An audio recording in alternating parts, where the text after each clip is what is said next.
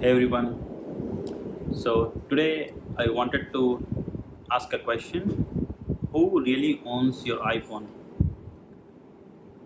Do you really own your iPhone which you have paid for, or is it Apple who owns your iPhone? Let me ask you a question. If you are going on a trip and would like to save some battery, you would probably want to turn on your battery saver from the beginning. But it's really a hassle to turn that on iOS. Android folks can do it right away. They can just swipe down from the top and they can turn on the battery saver. They can turn off their location. They can turn off their Bluetooth.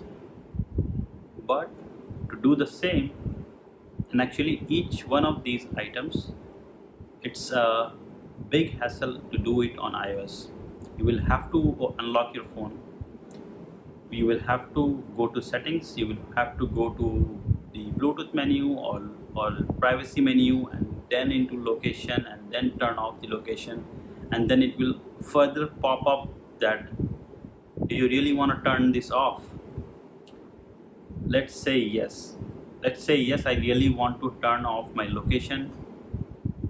Sometimes you might have noticed that when you turn off your Bluetooth, there is a short text that shows up for a short interval that disconnecting until tomorrow. That means again tomorrow morning, without telling you, without taking any of your action, it will turn on the Bluetooth and it will also connect with the other devices. The reality is, if you just tap the Bluetooth icon from the control center, it's not going to turn off your Bluetooth. It's just going to temporarily disconnect your Bluetooth devices and make your device not discoverable by other Bluetooth devices. While that's while that does save your battery to some extent, but it's not really what you wanted. You wanted to turn off your Bluetooth, right? So how can we beat Apple at their own game, or are we really trapped? That's the question. Like, do we really own our product or our devices, or does it still belong with Apple? So luckily, I have tried to find a workaround to this. So let's say I want to turn off the Bluetooth. You can do so by opening Siri and then saying turn off Bluetooth, and it will not ask you for any confirmation. It will right away turn off the Bluetooth right from your lock screen. Let's say we want to do the same for location. Well, it's not just like one try. You will still have to confirm again. So when we will say uh, you can press your power button on the iPhone and then Siri will pop up. You can say turn off my location. Then it will ask whether you really want to do it. Let's say yes, and then it will be able to you will be able to turn off that location without going into multiple steps. And the same thing we can also do for power saver mode.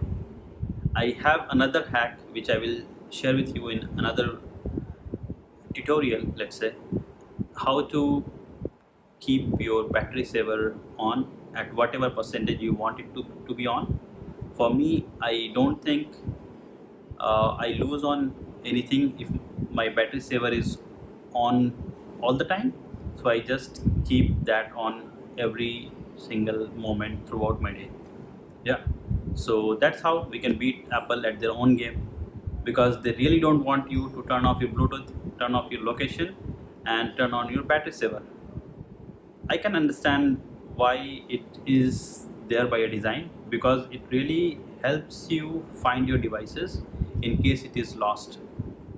So if the Bluetooth is on, if the location is on, if even if someone has stolen your device, the device keeps updating your location.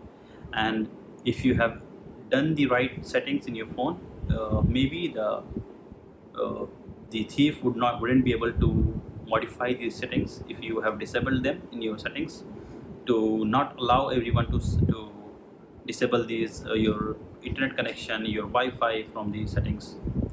So yeah, that's one trick to beat Apple in its own game today. That's all for today. Thank you. Bye bye.